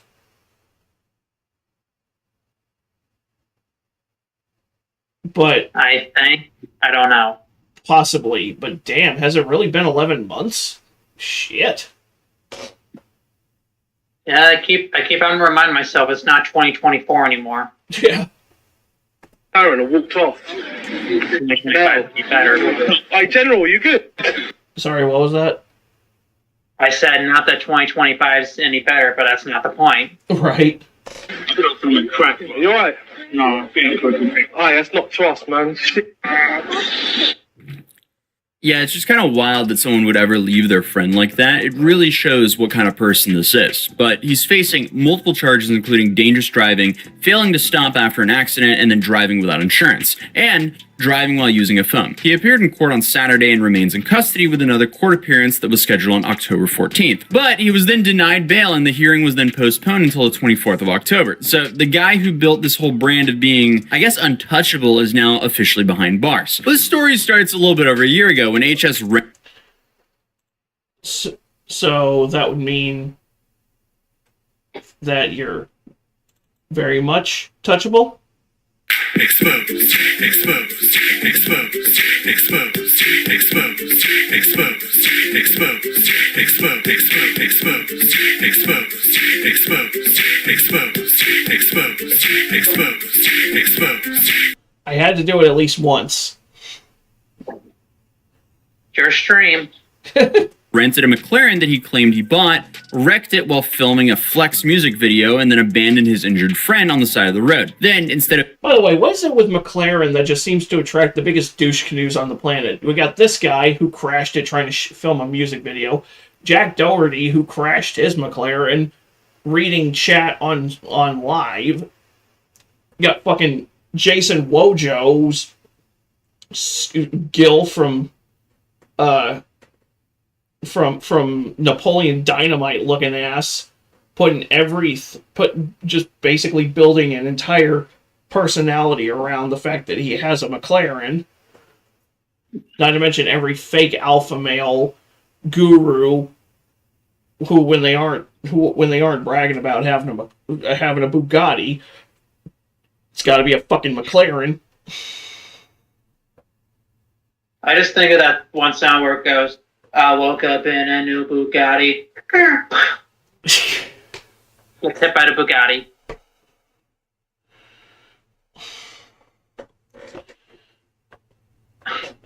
Hey, car crashes are funny as long as there's no one in it. I mean, that's true. Hey, if I know there's no one in the car, because like a month or two ago, we did look at a video of car crashes. Yeah. And to me, it doesn't matter how stupid someone is behind the wheel. I still don't wish injury on them. I mean, if the crash is spectacular, but they're okay, if the crash is spectacular, but they're uninjured, I will laugh, but for the most part, I don't really laugh at them. Now, if it's getting crushed by a monster truck, then it's awesome. Oh, yeah. But, again, as long as there's no one inside it. Have you ever seen that Beavis and Butthead short? It was like before it became a full show. The show spawned from two short films that Mike Judge did. One of them was where Beavis and Butthead went to a monster truck rally, and the truck crushes a row of porta-johns, and out of the porta-johns comes this brown cloud with a face on it, and Butthead just looks at it memorized, and he goes, "It's Circuitous, the Roman god of feces." What the fuck? And Circuitous rises out of the arena and drops a mountain of shit directly into it, killing everybody inside. Jesus Christ. And Mike Judge has said that canonically, that is how the series ends, with Beavis and Butthead dying in shit. I have no words for that. I don't have a word for that. That's just, The most mesmerizing thing about that is that Butthead actually knows what the Roman god of feces is. famous last words, literally. I mean, there's shitty. There are shitty ways to go. Oh, I see what you did there. like, ba-dam, ba-dam, ba-dam, ba-dam, bam, bam, or however the fuck the Seinfeld thing goes. I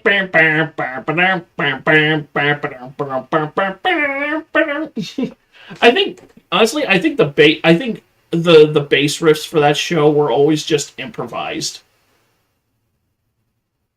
Well, I think there's always that one people always use that's well known. Yeah, which is like the first 5 or 6 seconds of it. Because I know Jamari does that.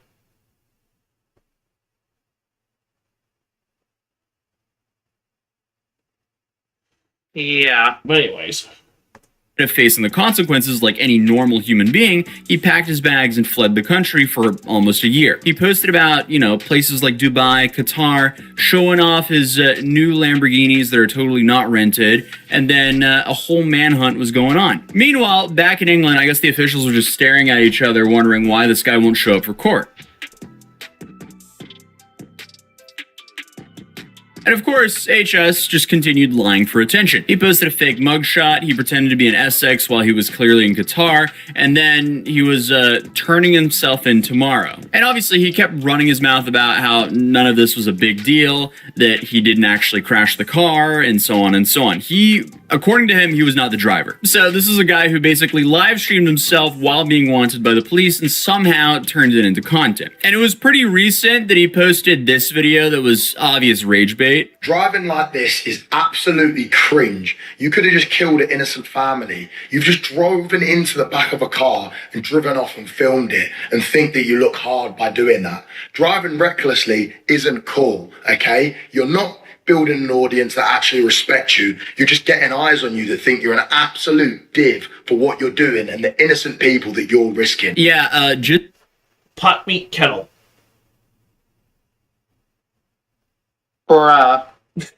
Just because he reads a comment calling him out doesn't make him less pathetic. Like, imagine actually making a bunch of money online and then throwing it all away for trying to impress a bunch of middle schoolers. I also love that he just outed himself for being a terrible driver because he somehow crashed on a straightaway in dry conditions. Yeah, my name's HS Tiki Toki and I mashed the gas as I turned left. Get this man a Ford Cop because that's clearly all the power he can handle. But obviously, this dude thrives off of attention as he's the same guy who staged a fight with another creator. The one that kind of looked like a rejected Joey Salads skit from 2016. And this whole fight basically involved HS's ex-friend,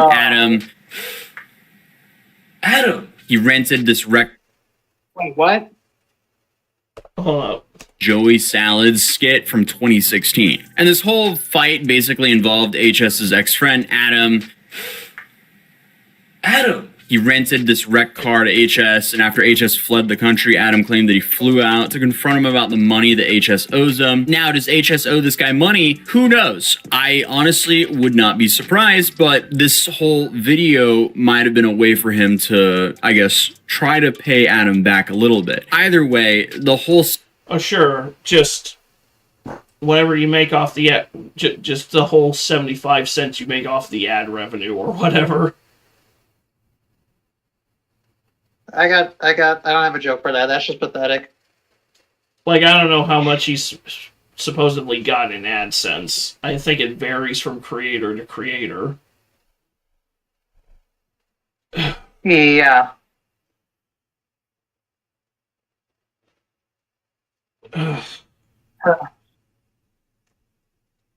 Setup just seems very off, because what followed was basically a cringe skit that seemed to be posted just to get more views. And maybe this might have all been set up to funnel people into his Telegram to then upsell them on some sort of course. Who knows? Either way, watch. Man, everybody's got a fucking course now. I got nothing. Every 5 minutes, it feels like somebody is popping up with a brand new course, and it's like, shit, I'm in the wrong business.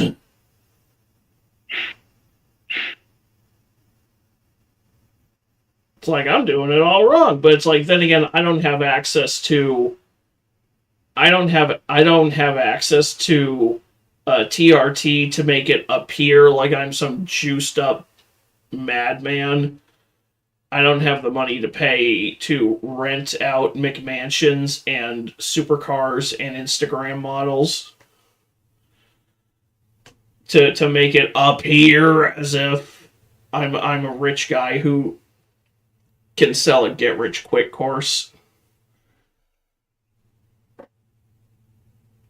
Yeah, that's just pathetic. I also have at least a little bit of self-respect to never put myself in a position where that ends up being my only option.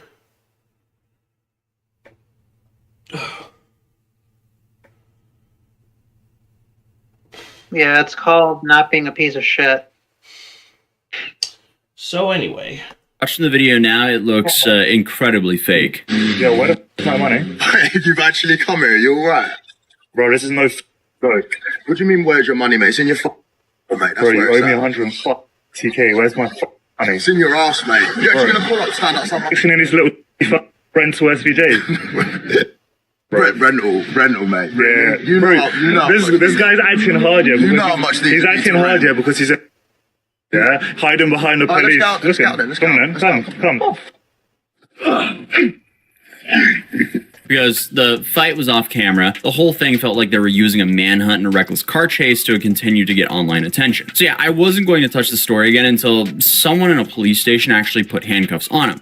And now that's happened. We can actually talk about why, because the Surrey police confirmed his arrest and released a statement basically saying that he turned himself in this past weekend. So I guess his latest live stream where he said he planned to turn himself in was actually the truth this time. I do want to say, if this is the last time that I do speak to you on live, it could be. But if this is the last time that I speak to you boys for a minute, then thank you for watching, supporting, helping me. And just like, bro, I've just enjoyed the community that we've built. I'll be real. I really do. I actually do enjoy it. See, I guess that's the part that's most interesting to me here, though, because like after almost a year of openly dodging the UK law, why now? Like, why are you suddenly flying home to turn yourself in? Well, according to his own posts, he's been very vocal lately about people making AI deepfake content about him. And we're talking about fake videos of him with like pride flags, him talking to kids, stuff that he's been calling defamation. Hey, it's Harrison Sullivan. To any investors from Dubai watching these videos, they are fully true and real and factual. Oh my god, bro. Oh my god. Nah, this shit is dumb. You're losing me investors. Investors are going to see that and think, well, This guy's in bed. And he's been very vocal about wanting to sue people for making content like this. So here's the thing. If he wants the lawsuit in the UK, he can't actually be a fugitive of the UK. So my theory is that he could maybe have turned himself in so that he can finally face his charges, get whatever sentence is coming, and then turn around and sue people making these AI clips. That might be far-fetched, but who knows? Honestly, that would actually make sense if that's his end goal. Just get the charges against him taken care of, whether they end up getting dropped or he ends up having to serve out a sentence, just to then whip around and file a lawsuit against whoever's making deepfakes of him or making AI videos of him. That would probably make the most sense.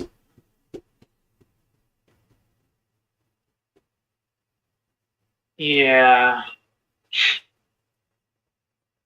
I got nothing. I'm not saying I agree with it, because it's like you could just lean into the meme, but it's like I kind of get it.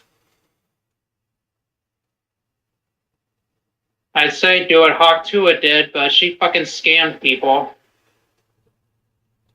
Yeah, because that's another thing. Everybody's got a fucking NFT now. Dude, that reminds me, in Black Ops 7 Zombies, when you're playing as David Mason, the son of Alex Mason, when you hit the random box, when you hit the box sometimes, he'll say something like, "Where's this money going? And please tell me it's not NFTs." Timely. Or something along the lines of that. Very timely. Well, the game takes place in 2035. Or, well, I don't know about the zombies mode, but the main story takes place in 2035. Are they predicting NFTs are still going to be a thing in 10 years? Probably. Unfortunately. Sounds like it. But anyway. We're dealing with a Hall of Fame moron here. The other argument was maybe he got homesick and realized that he doesn't want to hang out in the Middle East for the rest of his life, and maybe it's better to come home and face the music now than delay even further. But if you... Okay, so we're back. We're back itself. It did that.